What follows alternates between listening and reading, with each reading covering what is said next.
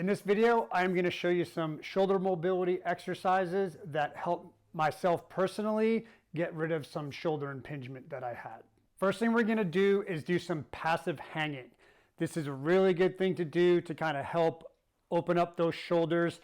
Passive is the important word here. So I'm just going to come underneath, and I do this actually usually outside on a tree limb. If you're at a gym, you can do it on a pull-up bar, on rings. The key though is you want to be able to keep your feet on the ground. It shouldn't be where you're holding yourself up because you need tension to be able to do that.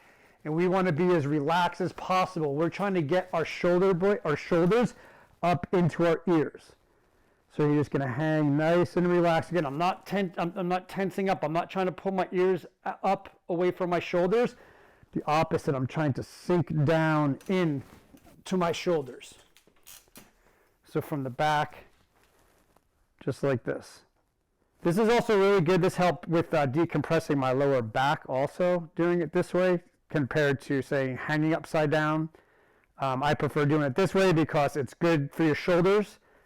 Also, where hanging upside down, your knees get a lot of that, and that's not necessarily the best thing for your knees. So I just started off just holding this as long as I could for the most part. Now I'm at a point where I kind of have a feeling of how long I should be going for. So maybe shoot for bouts of 15 to 20 seconds, a few times, a few sets. But again, nice and relaxed, not trying to hold ourselves up. Straight arms, breathing in and out of our noses, relaxing as much as possible. After that, move this out of the way.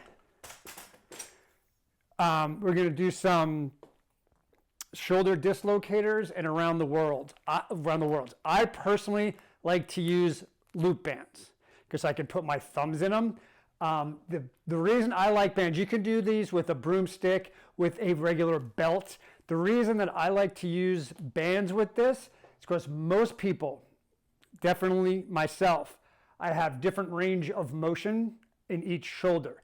This allows each shoulder to move independently to be able to get to the full range of that particular shoulder. So what I mean is that if I'm here like this and I lift my arms up and say one of them doesn't have as much mobility, I can't go as high as one with the other, like straighten out my arms as high up. Say the other one's out to the side a little bit.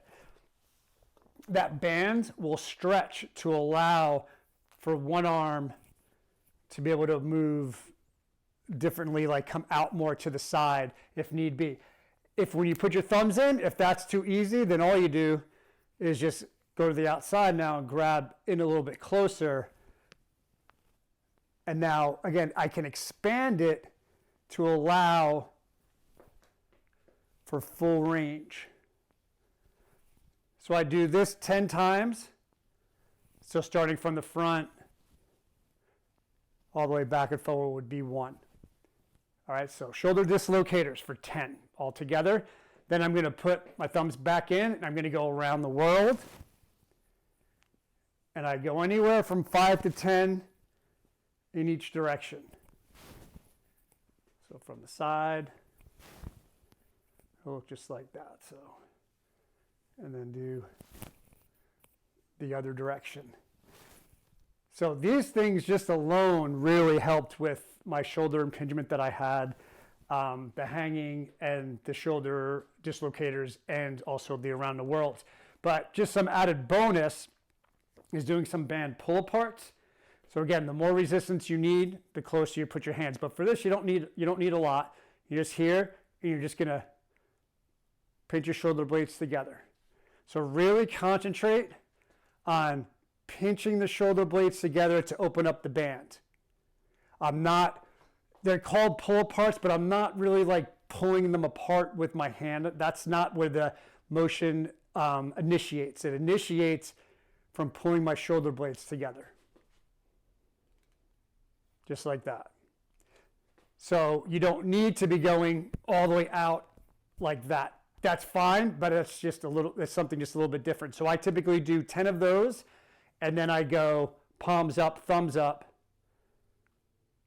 10 of those. Still again, starting with my shoulder blades, pulling them together. And I typically do 10 of those. Those are good for your scapula, kind of, because remember, lack of mobility typically means there's something weak there that doesn't allow for that range of motion. This is obviously barring any sort of injury. So give those a try, see how your shoulders feel. Like I said, it really helped. This shoulder, my right shoulder, I couldn't even lay on that side. It hurt so bad. Now, as long as I keep up with this, I never have any problems. So hopefully it'll work for you also.